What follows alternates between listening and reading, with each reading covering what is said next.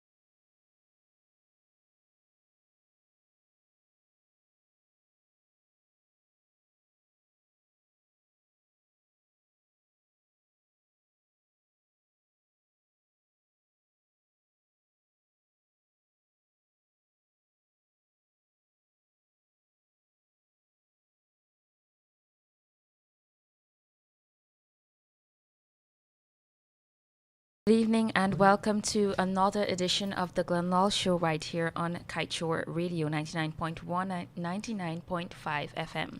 Thank you so much for joining us. So on this evening's program, we have a very special presentation by the man of the hour, Mr. Lall, and he will make a presentation on corruption.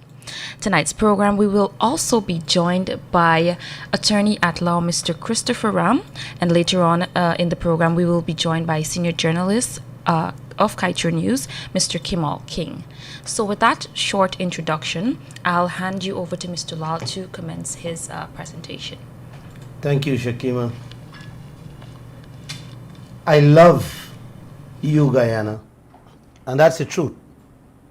I'm so happy that I can be of help to so many of you who watch and listen my programs and getting to understand what is going on with your tax dollars and your wealth.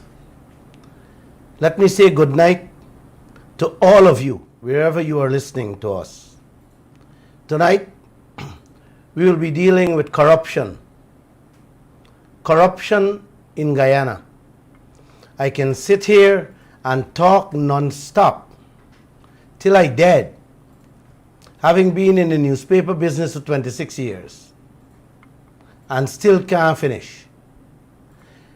Not a single day goes by without thieving and corruption in this land.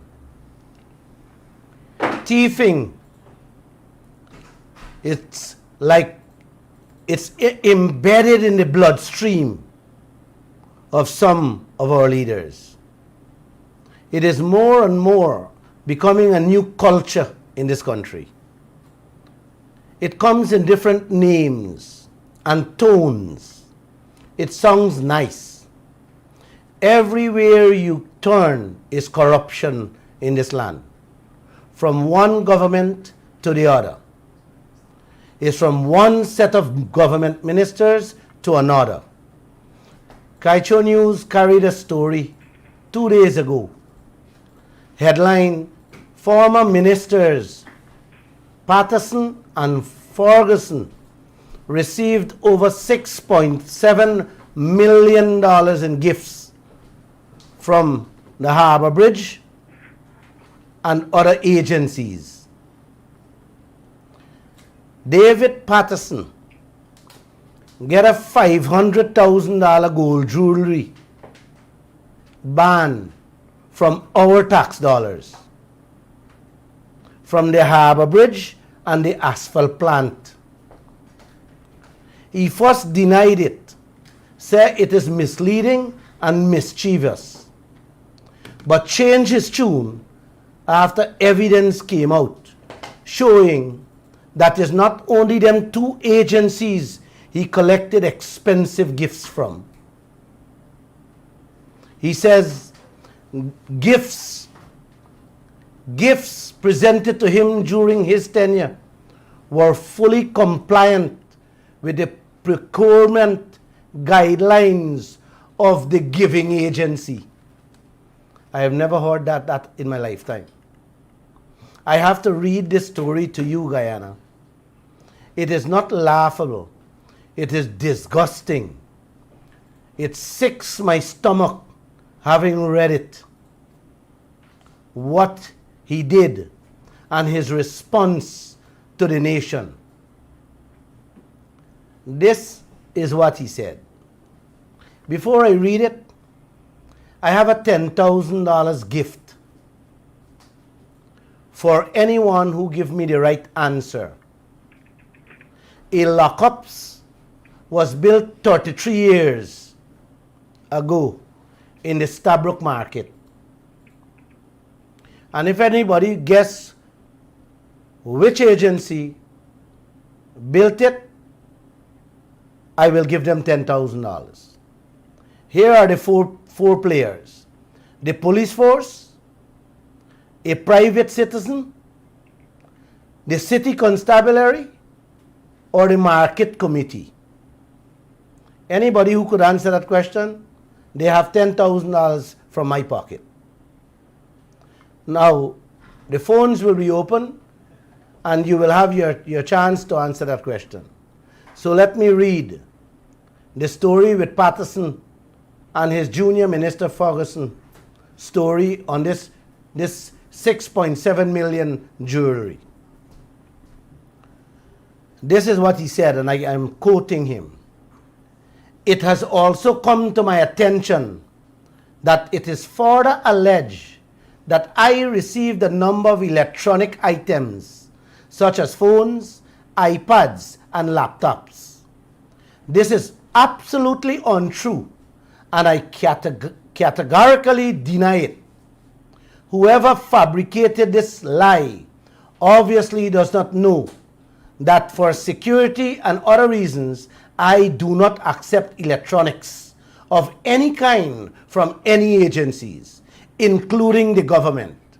And I have always personally selected and purchased all electronic items I own. For instance, for this reason, I did not accept a mobile telephone offered by Member Parliament to ministers. But documents from the Guyana Civil Aviation Authority, the Chedijagan International Airport, the Maritime Administration Department, the Transport and Harbour Department, along with more from the Harbour Bridge, paint a different picture. And these were all agencies under Paterson's purview during his stint in office. These documents were all presented to the media yesterday by Paterson's successor, Public Works Minister Juan Edgil. Paterson's and his gifts. Referring Paterson's statement, Minister Edgil said, "It is barefaced and merely contain words that lack consistency." He said, "I don't wear jewelry," but he was seen photographed wearing gold bands and so on, Edgil noted. In total, according to the Public Works Minister, Paterson received from those agencies under his control a total of $2,664,000 in gifts and personal effects. Not only that, The purchase of the gifts spanned the 5-year period during the coalition tenure in office, and even included some that was purchased in 2020 during the 5-month election impasse. For several of his birthdays, May 4th, the then minister received multiple gifts from the various agencies under his purview. In 2016, he received several gift items from Marad, with invoices stating that the payment was for gifts for the minister, Patersons' birthday. In 2017, documents show that he received a band from GGAA valued $117,000, purchased from King's Jewelry World. Included in that purchase was an additional $90 for the addition of Paterson's initials using 14-karat gold. In August 2018, Marad also approved payments for gift items for Paterson's birthday, valued $243,000. Also in May 2018, he received gifts as well with vouchers spelling out payments of $76,000 and $300,000 from the CJIA. He also received a pen valued $25,000 from King's Jewelry World. On May 6, 2019, Paterson was also said to have received another gift from King's Jewelry World valued $516,000.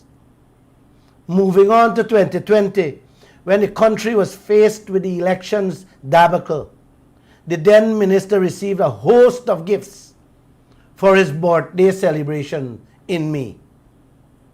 On May 4th, 2020, documents show Paterson received a gift from Marad valued at $704,292. On the very same day, another gift was presented valued at $387,000, both purchased from Steve's Jewelry World by the very agency. Transport and Harbour Department also presented Paterson with a gift valued $54,000 on the same day. Household supplies and electronic gifts. It was not only Paterson who benefited from gifts, but his junior minister, Annette Ferguson, did too. In total, Ferguson received $1.4 million in gifts from the agencies listed. But it was not only jewelry. In fact, both Paterson and Ferguson, according to Minister Edgill, received $6,757,000 in electronics and household materials, all from the Deborah Harbour Bridge. Those items, he explained, were not listed as asset in the register, but merely donations. On the list of items, he noted 2 Dell computers valued at $387,000 were purchased for both ministers, along with Apple iPad Airs. Apple iPad, priced at $213,000 each. In addition to that, purchases were also made of televisions, printers, cocktail tables, hallway tables, rugs, safety boots, a bookshelf, 2 Dell PCs valued at $164,000 each, along with a king-size bed set, and king-size mattress, a queen-size bed set, chest of drawers. Minister Edgill told media operatives. My God. When I read these things, these guys should be in jail. They have violated the integrity of their offices. What you say, Guyana? Imagine this man and this woman was the ministers in charge of infrastructure. All of Guyana. Every contract they oversee. Ooh! Think about it, Guyana. Think about it. Can we get on with our tonight's program? Tonight's program, I promised not to talk about oil, but corruption. I have my good friend Chris.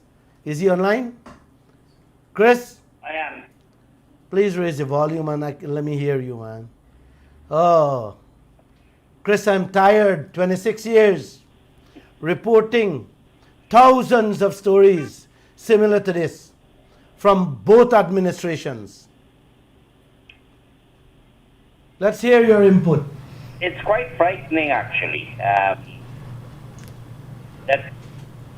anyone would go as far as those persons have. And it makes you wonder whether this practice of gifts was restricted only to these two ministers, or whether others might have been, whether the practice might have been much wider than you have found out.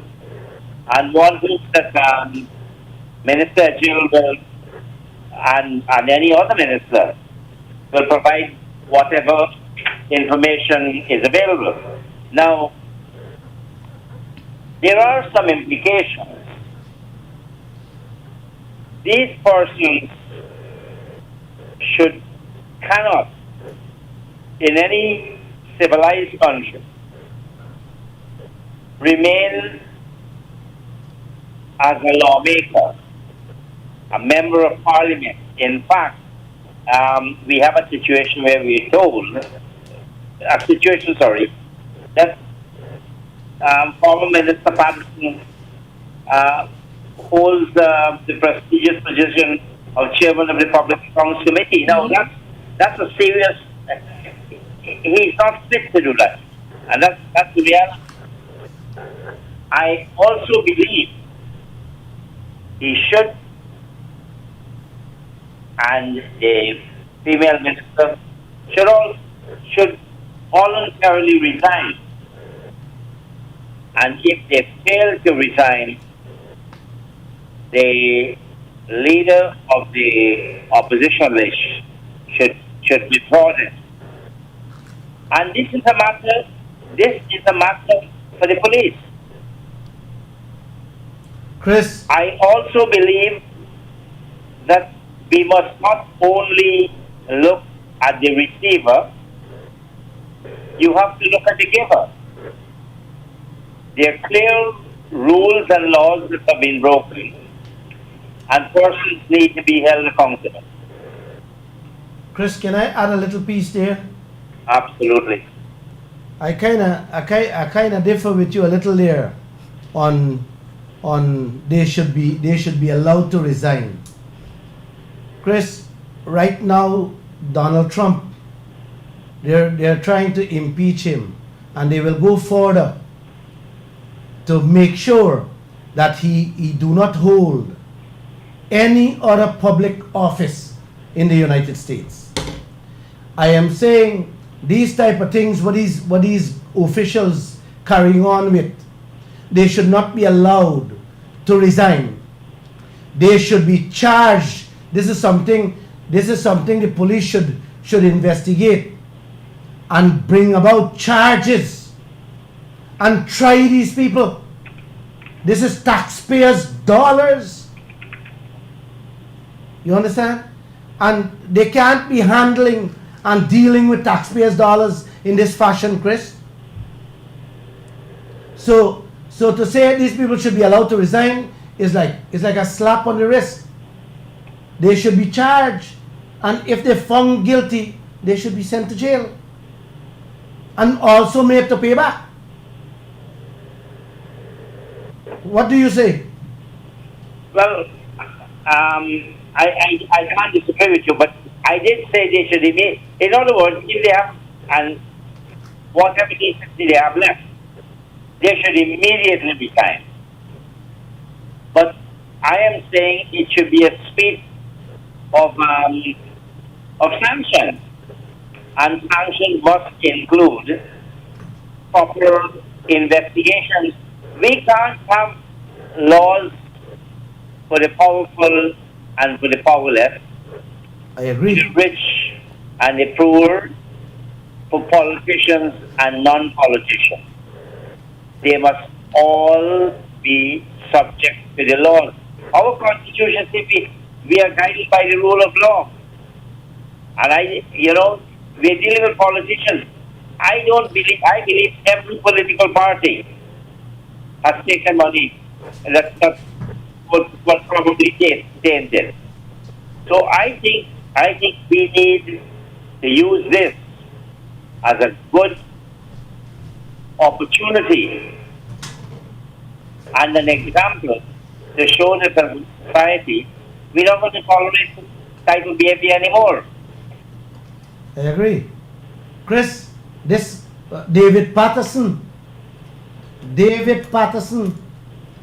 is the PAC chairman. He is the head of the body in Parliament scrutinizing taxpayers spending all over this country. How can you have trust in these people when they behave this way? Whose interests would they look after? The people or the agencies to which he has to scrutinize? If gifts continue coming that way, Chris, then whose interests he looking after? And I also have an issue with Minister Edgell.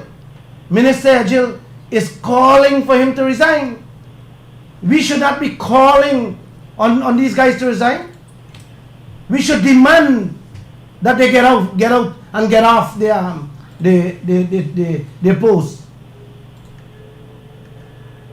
Now, I also believe one of the sanctions, the Parliament should debate this matter. But what I hope the Parliament does, and that the Parliament uses it to develop and accept very strict rules governing gifts to public officials. There's no question that a gift of that magnitude can be justified. None. So we need to have rules. The problem is we don't seem to want rules. We saw the other day, I'm going to keep saying this. There is a law that requires political parties to disclose financial spending. And GCOM has decided, oh no, we're not going to bother with that law. Well, GCOM has no authority to do that. And the persons in GCOM who made that decision should also be held accountable. So, Glenn, this is more than just about Paterson. I agree. It is much wider. The fact is, and we all have to accept blame, this is an extremely corrupt country. We would all be willing to give a bribe to get ourselves out of some trouble. Mm-hmm. That is corrupt as well. So the question is, Glenn, who does it start with? Does it start with Paterson, or it starts with you and me? And it starts with the politician, the opposition as well as government. Chris, people have to start speak up. People have to start speak out. People are taking, the citizens of this country is taking these things too light. Chris, when you look at some of these contracts, these contracts, these big money contracts for roads and city fences, schools, bridges, hospitals. When I look at some of these contracts, the money for these contracts, I sometimes tell my staff, God help Guyana. And Glenn, what do you think about these contractors who are awarded contracts and then they pay political parties money? What do you say about that? Chris, it's not so much the contractors, Chris. It's our leaders. I have spoken to many contractors. As a matter of fact, all of them are my friends. And sometimes I meet them up and I said, Guy, you guys don't have shame. Shame. You're charging $300-400 million to build a school that can build for less than $100 million. And these guys, their conscience sometimes prick them, Chris, and say, Glenn Lall, it's not about we.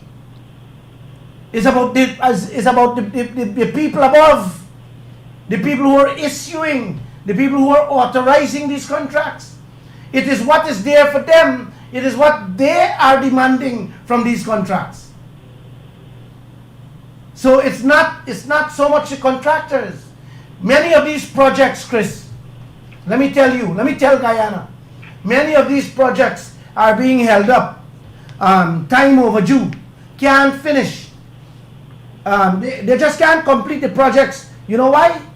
Because the leaders, all of them from the ministry right up, the money they demand for themselves when they hand these people these contracts, sometimes the contractors can't make a profit. This is what holds up some projects in this land. Why do you think big money up front does be paid for a contract? They're telling you plain that the upfront money goes to the players who give them the contracts. And this is what is going on. Chris, the airport project, $138 million US. Guyana spent on that project. That project can be built for less than 38 million. I can build that. The 138 million, a matter of fact, Chris, I can build three brand new international airport in the 3 counties of Guyana with that money. But the point I want to get back to you with is that the $138 million, the PPP paid $90 million up front to the contractors when only 7% of the work was done on that. That's my point. That's my point.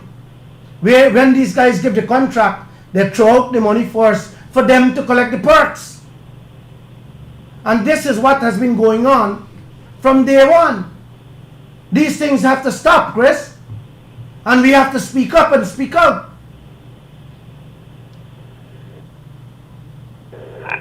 I understand you, Glenn, your passion. The fact is we have a very docile community.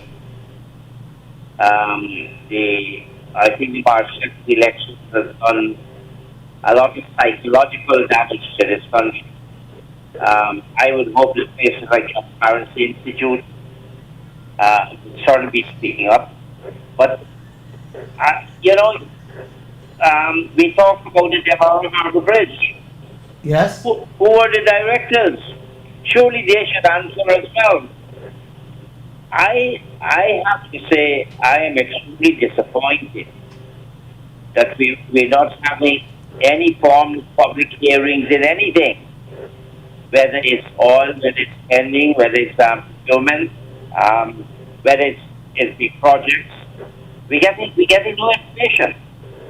But surely the persons who knew or ought to have known about these infractions should also be made accountable. You have displaced the Demerara Harbour Bridge. Why is the Demerara Harbour Bridge owning an asphalt plant? That's a good question.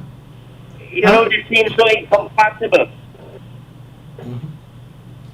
You know, you talk about the asphalt plant. We carried a story a few weeks ago in which I don't think Guyana know anything what's going on with that. I am told that anybody can go there and buy asphalt. A matter of fact, that plant is supplying contractors, private contractors to build road. And Chris, we carried a story in which the asphalt plant supposed to have a scale. I think the scale broke down. And next door neighbor has a scale. They're selling the asphalt. You go in with your truck, you load up the asphalt. They're not pay $3,000 to weigh the truck by the neighbor. They're selling the truck to be weighed at the Harbour Bridge, 10 miles away. You hear that? They're sending the private trucks with the asphalt to be weighed at the Harbour Bridge. We had a good laugh of that story in our newspaper. Every day we have great laughs. What's taking place in this country?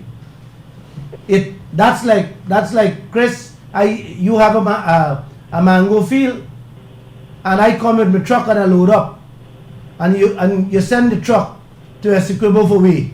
By the time the truck meet there, the mango sell out, and you're weighing 10 mango inside. That is how them chaps running the asphalt plant that is owned by the government of Guyana.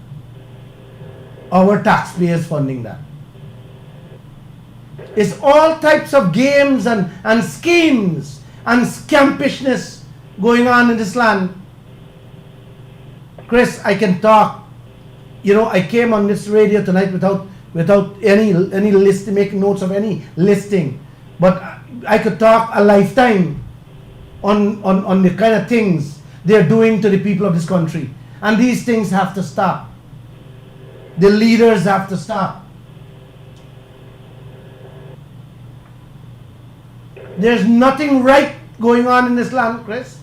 The Auditor General's report, year by year come, the gentleman has been reporting that this is wrong, that is wrong. They recommend charges. They recommend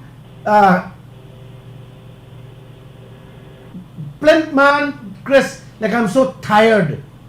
I am so tired of reading the General's report whenever he put it out with the scampishness, the skullduggery, the thiefiness that is going on in this land. It's too much. And when they do this, Chris, it affects every single people's life in this country. Every citizen's. This is why we don't have better salaries in this country, Chris. Is that we don't have money? I tell you this, if this country is run right without all these wholesale thievery, all the policemen and women, all our nurses, all our policemen, all our doctors, all the public servants, all of them can take home 3 times the amount of salaries. We should have had no bad roads in Guyana, Chris. The amount of money that's being stolen in this land. We should not have to renovate hospitals. We should have already had brand new hospitals right across this land and health centers. Even schools. Look, $800 million for build a school. Chris, this thing is unthinkable. It's unimaginable. What's happening with the tax dollars in this land? Look, the money they're spending on bridges, on sea defenses, on drugs. It is sad. It is sad, Chris. Chris, we got to do something. We got to stand up. We have to stand up. Well, let me ask you, Glenn. Did the bishop take the evidence he had to the police Yes, he did. Which evidence? Are you- about are- about all these gifts that the ministers accepted?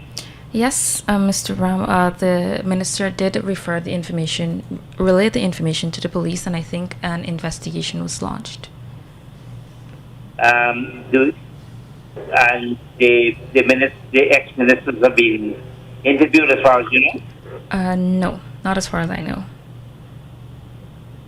Well, what would be particularly disappointed is if, because of these people's power and influence, they were to be treated differently from the ordinary citizens. But it's good that his party done his part. The parliament should expel those books. There should be an open debate in parliament, and they should move to expel them. Chris, and if they don't want to come out, I suggest the people of this country go with a placard in front of Parliament and demand that they come out. They're no fit to be leaders. You know, Chris, many people have said to me, man, Glenn, be nice to these leaders. Be respectful. Address them as Mr. or Sir.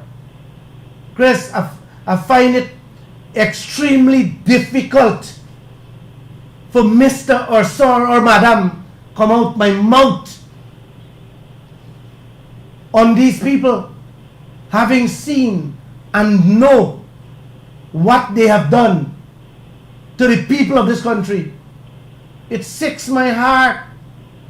Chris, I travel this country. During the COVID, I went around. I took many trucks of food stuff all over. And I saw for myself how people are living. Animals are living better than some of our brothers and sisters in the land. You know, Glenn, but let me say this. And we keep talking about these two ministers. How do we know that in the regions the things are not just as bad? How do we know that private sector does not pay off politicians? How do we know that the contractors, I come back to them. How do we know that when persons give the government a bus, and as you know, President Granger had a special liking for buses and boats. How do we know there was no payback? We need to stop this culture. But Glenn, like you, I am getting tired because I don't think Guyanese have become so docile. And I do believe, and you know, our mutual friend Raymond Gaskin always says, the press don't even know 10% of what goes on in the country. Well, I agree with you, Chris. Let me finish then. And even when they know, because they don't have evidence, they can't publish it, otherwise action for defamation will be brought against them. That's the tragedy we face. The corrupt people often are the people who have the evidence. Chris, getting tired, I think I'm too young to get tired. Fighting for a better life for our brothers and sisters. I think I get joy. 26 years, I get joy. I get upset for a moment in our meeting, and afterwards I get joy. So I cannot get tired. Well, I think I'm too blessed, Chris. I think I'm guided and given the strength the courage and energy to stand up for the people of this country. I agree with you when you say the people are too docile. Some of them only. The majority of them, Chris, do not understand what is going on because of this lack of communication. The newspapers only meet certain people, and only certain people can afford it. The electronic media is meeting people, but nobody have been saying or speaking. Everybody's just afraid that, you know what, I am not going to say this because the government going to come down on them. So Chris, I am willing to lead this fight to take the news in people's home right across Guyana. I have begun, Chris, not only on the radio now. I have begun making small videos every single day and posting it on social media, on Facebook, on YouTube, so that the world can know and understand what is taking place here. Social media and today's technological world in which we live, Chris, it's one of the best things God has made possible. He has made it possible for us to use it to eradicate this type of lawlessness that government's going on with. And we have to carry on the fight, Chris. You're not old. You're not tired.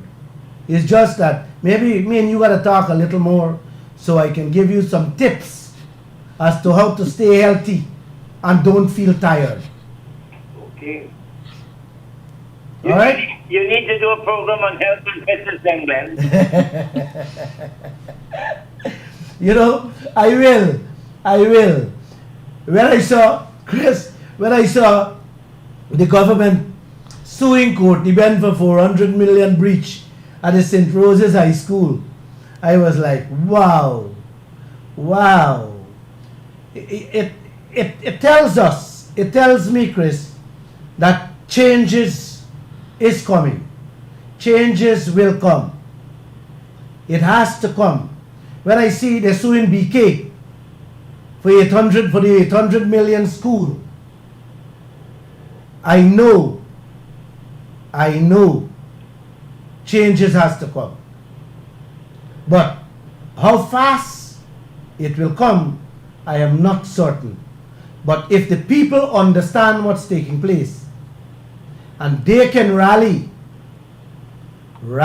and get out and start confronting the leaders, telling them, yo, don't address them as sirs or Mr. Minister.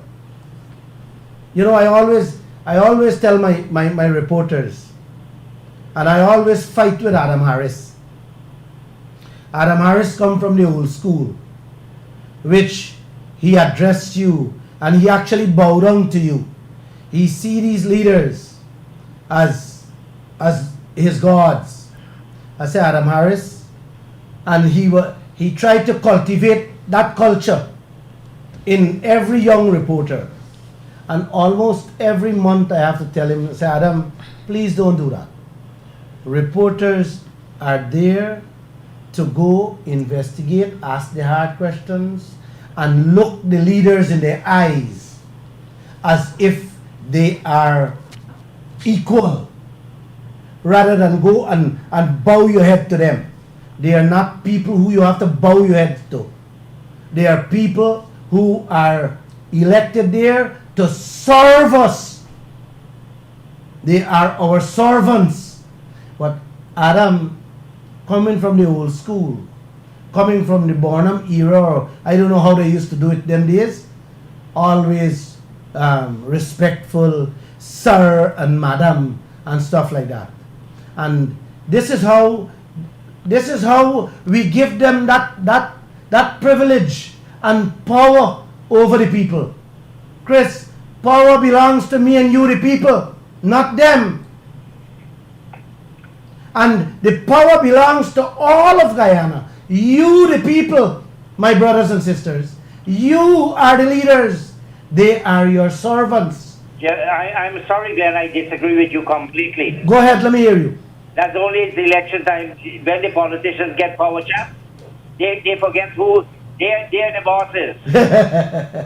don't pretend that we have power. You've been asking questions about information that ought to be public. Have you got anything? Nope. I hear you. But I am still their boss. I don't care how you twist it or how you thought it. And I will show respect if they give me respect. If they can't respect me, I will not disrespect them. And they all know that. They all know that. I never call one of them sir. Never. Or madam. All my life in newspaper business, I have never given them that kudos. If I do give them, or any one of them, it came out of respect. Other than that, no, Chris. I cannot knowingly know that you are doing the wrong things for this land and expect me to respect you. No way, Chris. Not a single bit of it. Not with these contracts and these spendings they're doing. Every single thing they do. You know, at one time I asked many people, and I can even ask Bharat Jagdev this publicly on national television. He should come on the radio and name one single thing he, being the president for almost 12-13 years, he has done for this country that he can say he's proud of. Something that wasn't corrupt or they didn't take money from. One thing. I have asked Anil Nandalal this question.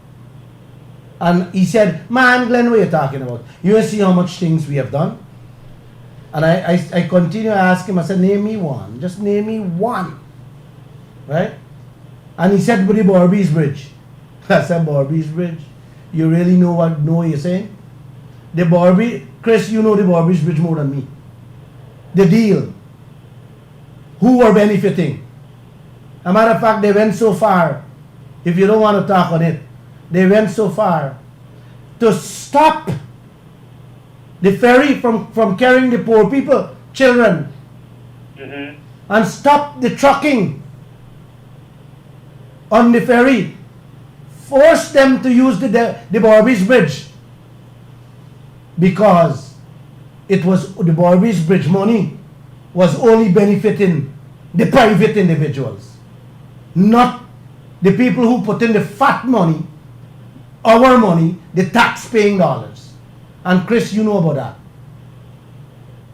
That's very clear. The world know that. I would have reported 1,000 articles on that. That's the extent they went. Oh, they're proud to say they put a Borby's Bridge for Abbey Borbishan. Make life easy. You could drive over the bridge in less than 10 minutes and you're over in the east. And you can drive back 10 minutes over in the west. They took our money and bill it. And who benefit? And that's what I'm talking about, Chris. There's so many projects I can talk about that they say they're proud of, that they have given Guyana. Check and see who benefits and the money we spent on it.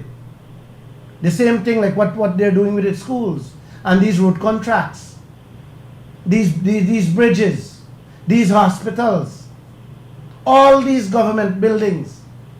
The same thing going on. The first thing you hear, oh, we are proud to give Alexander Village new roads. You know what they're doing, Chris? You know what? The PPP government didn't do my street because Glenn Lall live in that street. For almost 10 years, you have to get a tractor to drive in my street. That's how evil That's how disrespectful the leaders are in this country. When you speak out, when you're not on them side, they hustle to penalize you and punish you. But they don't, the little do they know, nothing they could do to stop this mouth from speaking. When the coalition government go in, guess what happened to my road, Chris? Listen to this, Guyana. When they began my road, the contractor that did my road, I went out and spoke to the supervisor. I said to them, I said, guys, who is building this road? They tell me the contractor. I said, who is our government engineer that is supervising the work? And I said, tell them, I said, when he comes, tell him I want to speak with him. You know, I never see him, but I asked the workers, I said, what are the specifications you guys working with for my road? Well, they tell me they're doing 10-inch sand and loom and asphalt and crush run. Chris, they were paid, listen to this, they were paid to do the complete road. Just a few rods, you know, less than 300 rods. It's a small street I live in. And guess what I noticed? I didn't say a word to them. I waited until they finished. Actually, 1/3 of that road, I have it in my memory that I could go tomorrow morning and identify the portions that the contractor skip out, saying, well, they didn't have to dig out that, they didn't have to dig out to fix that piece. And they got paid for the entire street. So what they did, they cover the 1/3 they didn't break or do back, and says they did the whole street. I raised that issue because the contractor would have gotten full pay for the entire street. Mind you, he didn't do it, he only did 2/3. And I asked to see the engineer. I have never seen him because I wanted to ask him if he is in cahoots or what is going on with the road. My street has not been done as to the specification of the contract. Yes. I have raised that issue with David Paterson as the minister. You know what he said? Touch me. Glenn, Glenn, you should thank God you get your road done. I looked at him and I said, you don't want to hear what I can't say the words that I told him. I said, yo, wow, this is what you go in there to do. I am asking you to let me know what about this contract. Man, laugh it out, man. How can I have, this is a new minister, you know, just went in there. He is one of them who fought against the Jagdeo administration about these type of scampishness, cutbacks and drawbacks. And the very first project I talked to him about, he making it a laugh story. I got very upset, and you know, like I said, I don't want to tell you what I said. I'm on the radio. But how can we have respect for these people? And this is what goes on every single day in this country with these projects. They just give the project for $1,000 and announce, hey, Christopher Ram get his contract for $1,000. And before you know it, when the project is completed, they go back to the ministry, and you know what they do? They increase it to $5,000. And we the people doesn't know that. Just a month ago, they fixed a road in Covent Garden. I drive through. And I was so proud of a young man, a villager in the street. I asked him, I said, guys, you need to ask the contractor to see the contract so you can overlook this job the contractor is doing. If not, they will cock the work, and we will get a slap job work, and 2 years down the line, you're living in a block-up road in which you can't ride in with a bicycle, or you be shamed to, you can't drive in with your car. So if they're being paid to do a proper road, you make sure as citizens, as villagers, make sure they do it right, and they don't con us with the crush and run and the loom and the sand and the amount they have to dig out from the road to repair it. Do you know what a young man said to me, Chris? I came out and I asked the contractor for the bill of quantities. And when the young man tell me, I had to smile, come outside and shake his hand and said, yes, son, yes, you got to be reading a lot. He said, yes, I read. And he understand. He said, I want to know the contractor tell him, the engineer has the bill of quantities. The road finished, and I have to ask the young man, because I'll be speaking back on that road. That's only about a month or a couple of weeks now. To see the bill of quantities, if what was required by the contractor, if he put it there. And this is what is happening. I am happy, and I'm calling on all you guys, Guyana.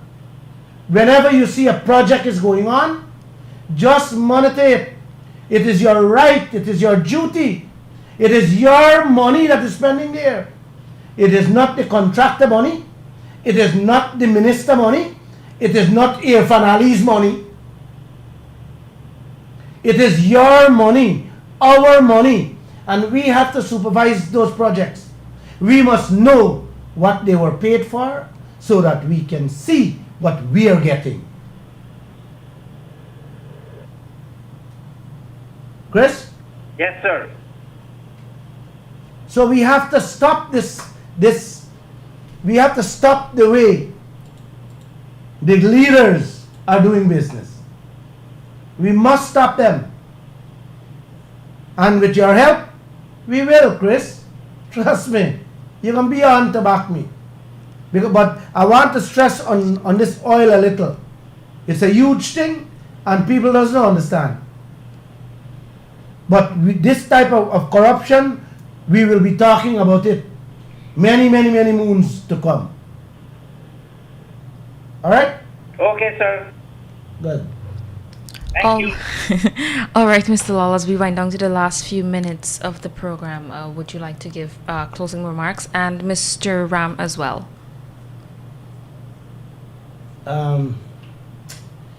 Shakima, it is time that some of our leaders go to jail. Let's build one, especially for them. I told you guys there's a lockup bill in Stabrook Market, and I'm so sorry that you guys didn't get to answer the question. But it was built specially for thieves and criminals lurking around the market square. Guess who built that, Shakima? This same man that is talking to you guys. Really? Lall built that lockup 33 years ago, Christopher Ram. I built it. And I am ready to build another lockups to jail some of our leaders. Thank you for listening. I love you all. Have a great night. Chris. Mr. Ram? Hi. Well, thanks for having me. I'd like to see Parliament take action. I'd like to see the leadership of the political party, of which the ministers come. I'd like to see action by them. I'd like to see action by the police. Mm-hmm. And I'd like to see beyond individual action, that we do something systemically about the pervasive corruption in this country. We keep talking about it, but nothing has changed. And if we don't do anything about it, all that will happen is that the whatever funds we get from oil will only help to accentuate that corruption, and that's not going to be good for our country. So we need to act very quickly. and quite condignly to persons who are found guilty. All right then. So thank you so much, Mr. Ram, for joining us on tonight's program, and thank you so much, Mr. Lall, for that informative presentation. And with that, we've come to the end of the Glenn Lall Show on Kaieteur Radio. Thank you so much for joining us, and a very special good evening to everyone that tuned in via our Facebook Live. So you can join us next week, same time, same place, for another edition of the Glenn Lall Show. Have a very lovely and safe weekend. Bye-bye.